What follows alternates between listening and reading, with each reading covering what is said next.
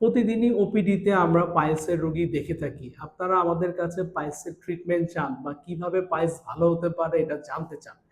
আসলে যেকোনো কিছু আ বা চিকিৎসা করতে হলে তার প্রতিরোধ করার আগে আমাদের নজর দিতে হবে। পাইলস কিন্তু ইজিলি আমরা প্রিভেন্ট করতে পারি।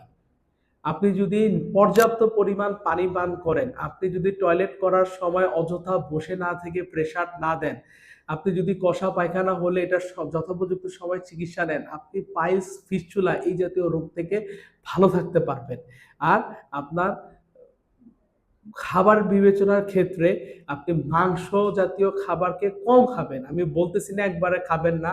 মাংস জাতীয় খাবার যখন খাবেন, আপনার যদি কষা পায়খানার সমস্যা হয় অবশ্যই মাংসের সাথে পর্যাপ্ত পানি খাবেন এবং প্রয়োজনে পায়খানা নরম রাখার ওষুধ খাবেন। যাতে আপনার কষা পায়খানা না হতে পারে। তাহলে আপনি পাইলসের সমস্যাকে এড়িয়ে যেতে পারবেন। আবার যাদের মানে বেশি কষা পায়খানার সমস্যা হয় তারা পানির সাথে অবশ্যই একটু শাকসবজি, ফলমূল বেশি করে খাবেন। সাথে পায়খানা নরম রাখার ওষুধও খাবেন যাতে কষা পায়খানাটাকে এভয়েড করতে পারেন। ধন্যবাদ।